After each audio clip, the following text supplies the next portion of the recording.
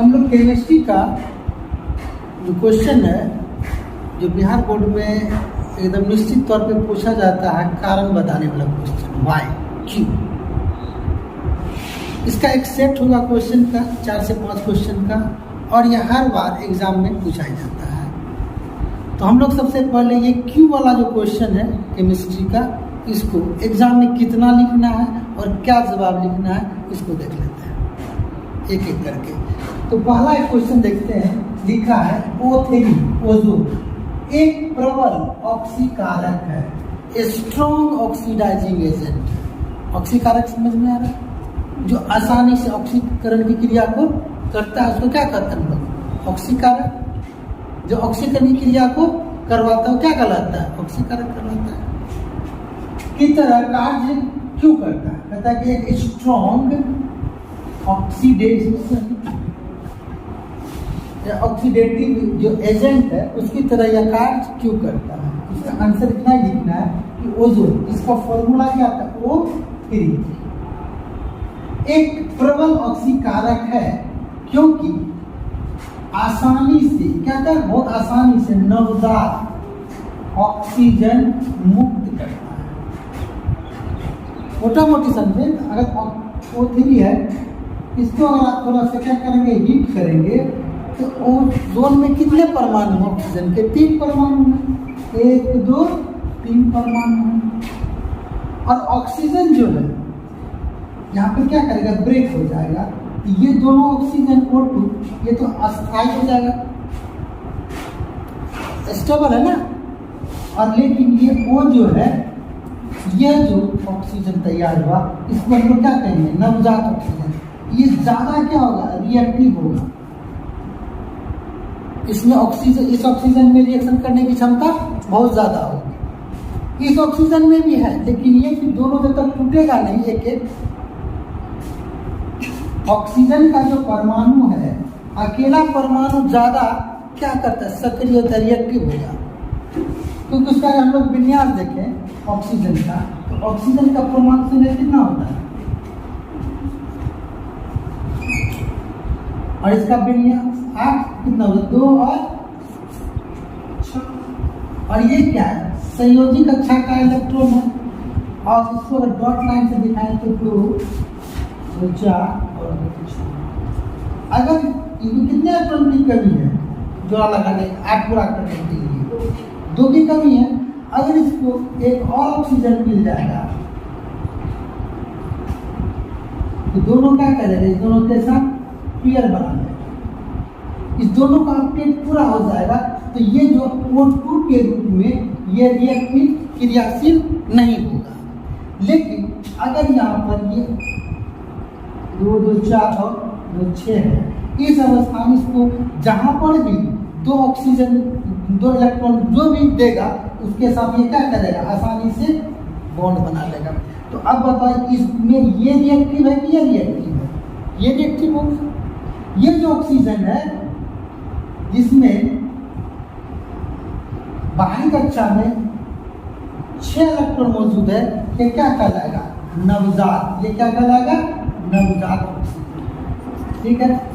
तो ओजोन जो है वो नवजात ऑक्सीजन को उत्पन्न कर सकता है, इसलिए ओजोन क्या है? एक प्रबल ऑक्सीकारक एजेंट है, एक ऑक्सीकारक पदार्थ है। यही कारण है कि ओजोन परत का जो क्षय हो रहा है हमारे वायुमंडल में, इसका मुख्य जो कारण यही है कि CFC क्लोरोफ्लोरो जो कार्बन है, वो जब हमारे वायुमंडल में जाता है, ओजोन गैस जो मौजूद 3 ऑक्सीजन है, उसमें से एक ऑक्सीजन को क्या करता है? वो आसानी से निकाल के क्लोरीन के साथ क्या करता है? रिएक्शन कर देता है, जिसके कारण ऑक्सीजन कम होता जाएगा, तो ओजोन का परत क्या होगा? कमजोर होता जाएगा।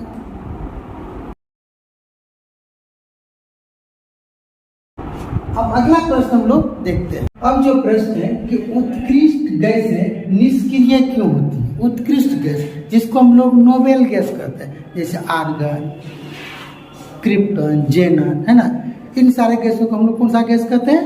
निष्क्रिय गैस कहते हैं। यानी वो रिएक्शन नहीं करता किसी भी तत्व के साथ। इसलिए तो हम लोग 10th क्लास में ही पढ़े होंगे कि विद्युत बल्ब में निष्क्रिय गैस क्यों भरी जाती है, क्योंकि वह किस ऑक्सीकरण नहीं करता है और बल्ब का जो फिलामेंट जो है वो सुरक्षित बचा रहता है, नहीं तो तुरंत जल जाएगा। तो यहाँ पे पूछ रहा है वही चीज़ कि निष्क्रिय क्यों होता है। तो निष्क्रिय होने का और सक्रिय होने का मुख्य जो कारण होता है उसके सबसे बाहरी कक्षा में इलेक्ट्रॉन की संख्या होती है। कुछ स्टूडेंट का नेचर होता है क्या, या तो लात खाएगा या लात देगा किसी को तब शांत होगा ना जी।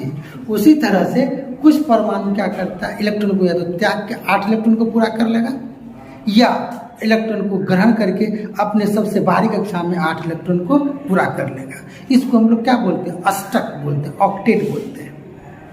तो अपनी बाहरी कक्षा में जब कोई भी परमाणु 8 इलेक्ट्रॉन को पूरा कर लेता है तो वो फिर निष्क्रिय हो जाता है, वो किसी से अभिक्रिया नहीं करता है। यह उस तत्व का अस्थायी गुण है।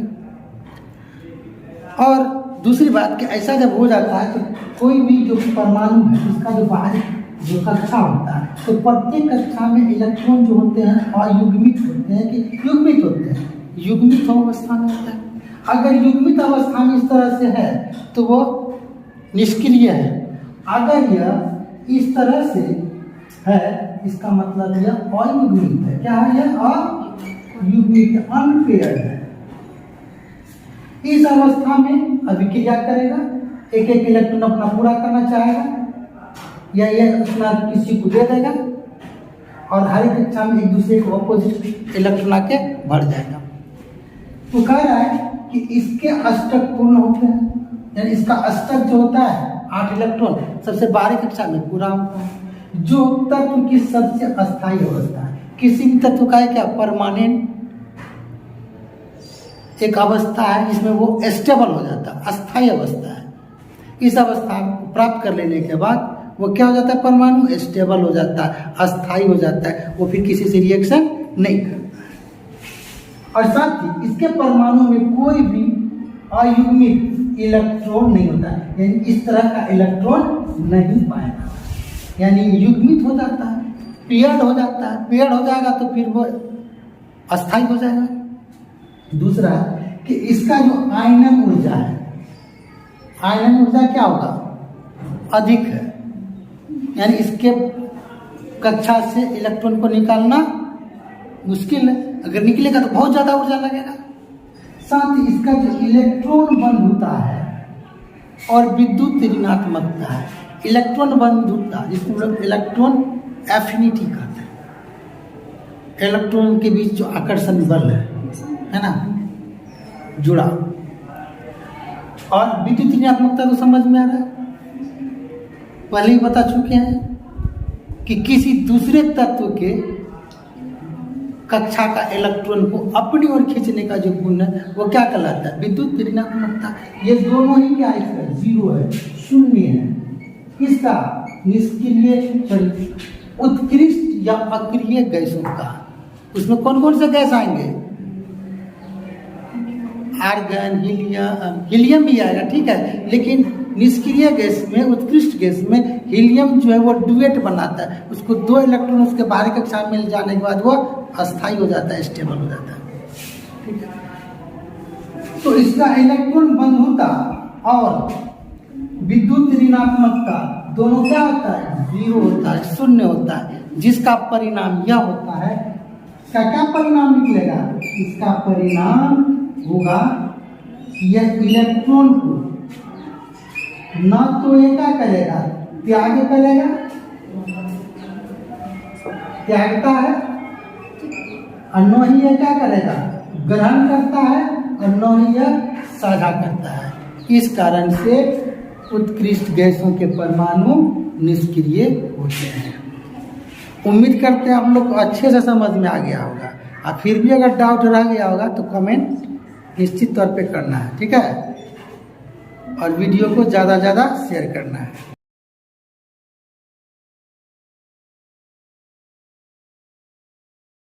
अब अगला जो प्रश्न है, कह रहा है कि आयोडीन कुछ धात्विक गुण दर्शाता है क्यों?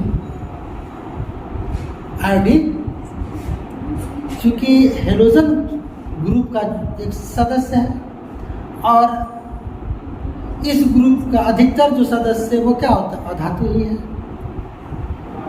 धातु अधातु को पहचानने का क्या एक नियम है, हम लोग पहले पढ़ चुके हैं, ठीक है। ये जानते हैं कि जिस भी एटम का परमाणु के बाहरी कक्षा में आउटर मोस्ट ऑर्बिट की बात करें, ठीक है, 1 2 3 इलेक्ट्रॉन अगर रहेगा, ठीक है, तो इजीली आसानी से क्या करेगा? इलेक्ट्रॉन यह त्याग देगा और यह धन आयन पॉजिटिव आयन में बदल जाता है। तो ये गुण किसका गुण है? धातु का। किसका? मेटल धातु का।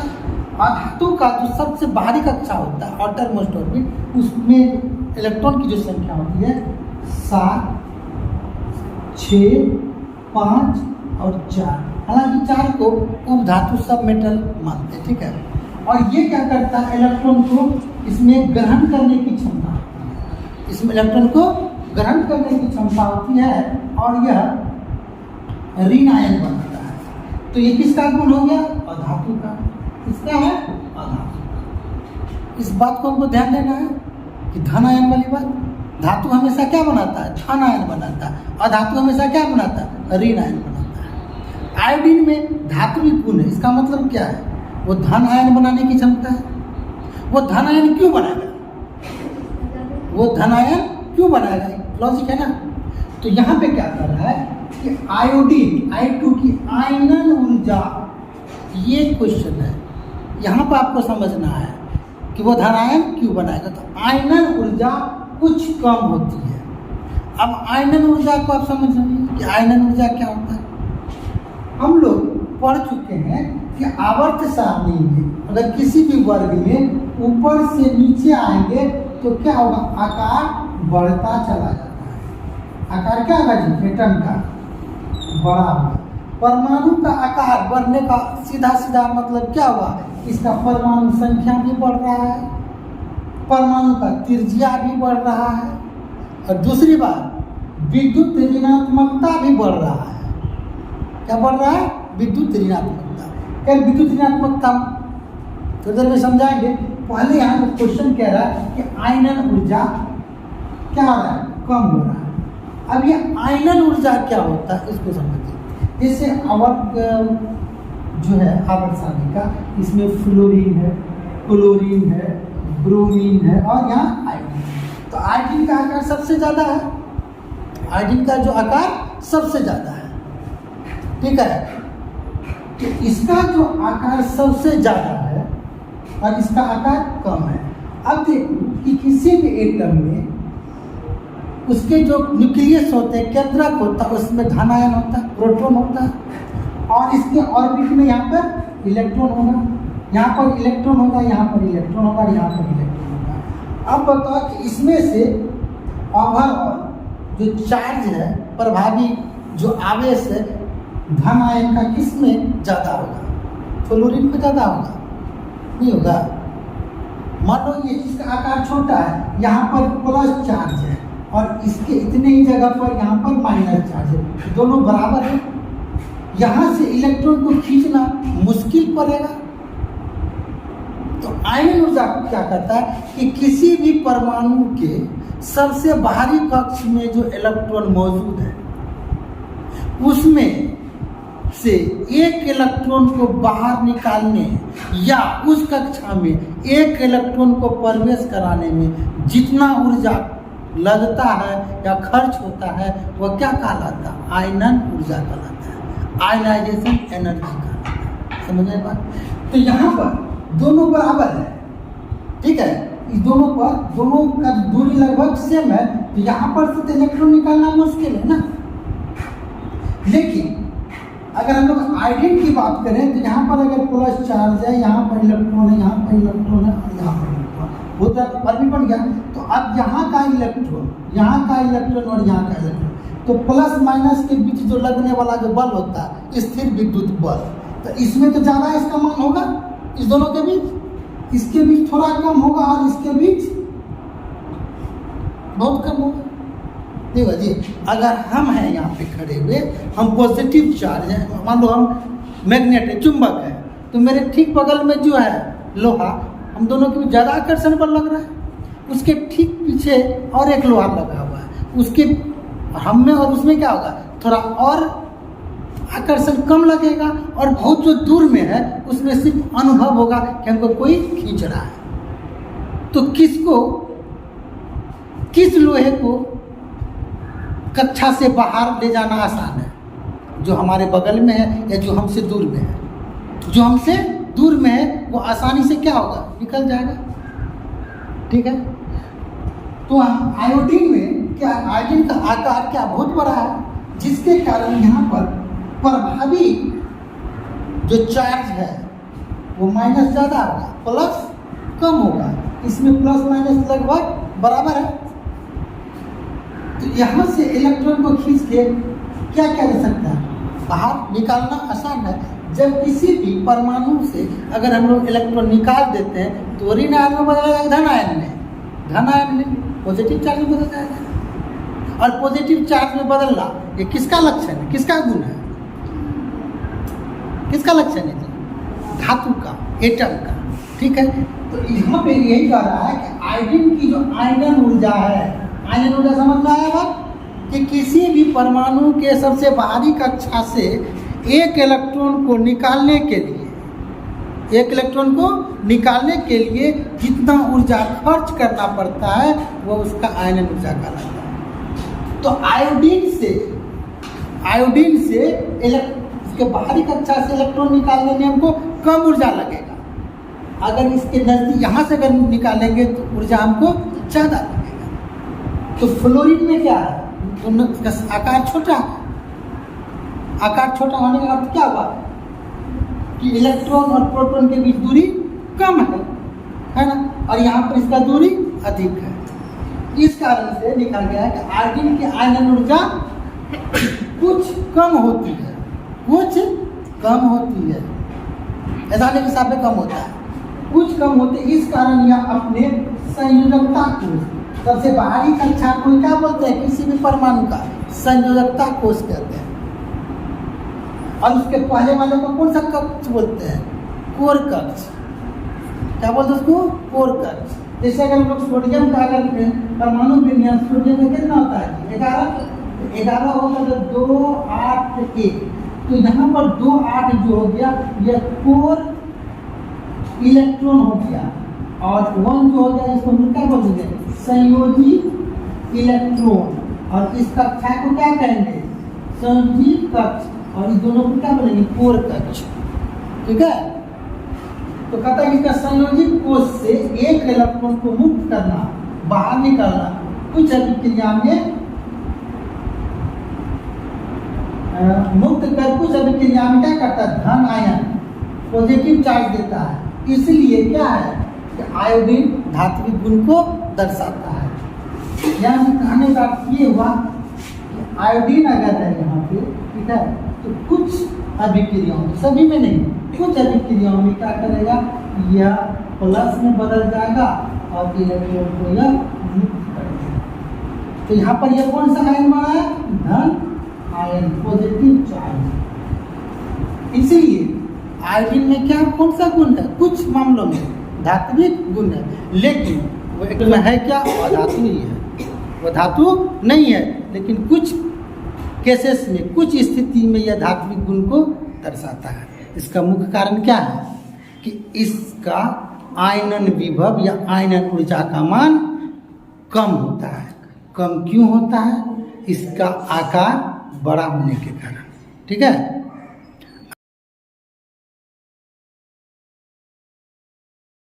अब जो नेक्स्ट प्रश्न है इसमें कह रहा है कि फ्लोरीन क्लोरीन की तुलना में प्रबल ऑक्सीकारक है, यानी यह ऑक्सीकरण अभिक्रिया करवाता है। ठीक है, एक बात आप लोग ध्यान देके पहले अगर पढ़ें तो ठीक है, नहीं पढ़े तो फिर जान लीजिए कि ऑक्सीकरण और अवकरण किसे कहते हैं। ठीक है, यह हम 2 मिनट में इसको रिवाइज करते हैं। ठीक है, क्या लिखते हैं, ऑक्सीकरण,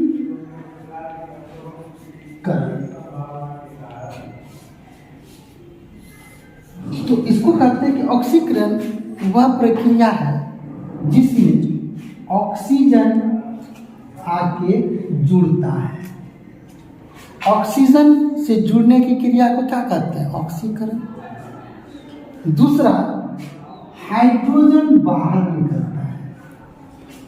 अगर हाइड्रोजन बाहर निकलेगा तो उसको हम लोग ऑक्सीकरण कहेंगे। इसको भी कुछ ऐसा अभिक्रिया है जिसमें ऑक्सीजन नहीं है लेकिन हाइड्रोजन है। हाइड्रोजन अगर बाहर निकलता है तो इसको हम लोग क्या कहेंगे? ऑक्सीकरण ही कहेंगे। ये भी ऑक्सीकरण की अभिक्रिया होगी, हाइड्रोजन का बाहर निकलना किसी भी यौगिक से, कंपाउंड से। और नेक्स्ट जो क्राइटेरिया है बताने का, इसमें ये होता है अगर कोई इलेक्ट्रॉन का त्याग करता है, इलेक्ट्रॉन रिलीज करता है, तो उसको हम लोग ऑक्सीकरण कहते हैं। ठीक है। अवकरण इसी का ठीक उल्टा हो जाएगा। अब रिडक्शन, अवकरण को क्या बोलते हैं? रिडक्शन। ऑक्सीकरण को ऑक्सीडेशन। इस क्रिया में क्या होगा? अगर कोई ऐसी अभिक्रिया है जिसमें ऑक्सीजन वो रिलीज करता है, मुक्त करता है, ऑक्सीजन मुक्त करना क्या कहलाएगा? अवकरण। ठीक है। और हाइड्रोजन ग्रहण करना अवकरण। ठीक है। हाइड्रोजन ग्रहण करना अवकरण कहलाएगा। और इलेक्ट्रॉन ग्रहण करना, इलेक्ट्रॉन ग्रहण करना क्या कहलाएगा? ऑक्सीकरण। इलेक्ट्रॉन का ग्रहण करना क्या कहलाएगा? अवकरण। इलेक्ट्रॉन मुक्त करना ऑक्सीकरण। हाइड्रोजन मुक्त करना ऑक्सीकरण। हाइड्रोजन ग्रहण करना अवकरण। ऑक्सीजन मुक्त करना ऑक्सीकरण। और ऑक्सीजन ग्रहण करना, ऑक्सीजन मुक्त करना अवकरण और ऑक्सीजन ग्रहण करना ऑक्सीकरण। इस चार्ट को अगर याद रखिएगा दिमाग में तो ऑक्सीकरण अवकरण में कभी भी कंफ्यूजन होगा ही नहीं। क्वेश्चन तो ऑक्सीकरण से ही जुड़ा हुआ है जी कि प्रबल स्ट्रॉन्ग ऑक्सीडाइजिंग एजेंट है। क्यों? इसका मतलब क्या कारण हो सकता है? या तो ऑक्सीजन वो ग्रहण करता होगा, फ्लोरीन, एक ये क्राइटेरिया हो सकता है। या ये भी हो सकता है कि फ्लोरीन इलेक्ट्रॉन को मुक्त करता होगा आसानी से। ठीक है। इलेक्ट्रॉन को मुक्त करता आसानी से, उसी को ना कहेंगे ऑक्सीडाइजिंग।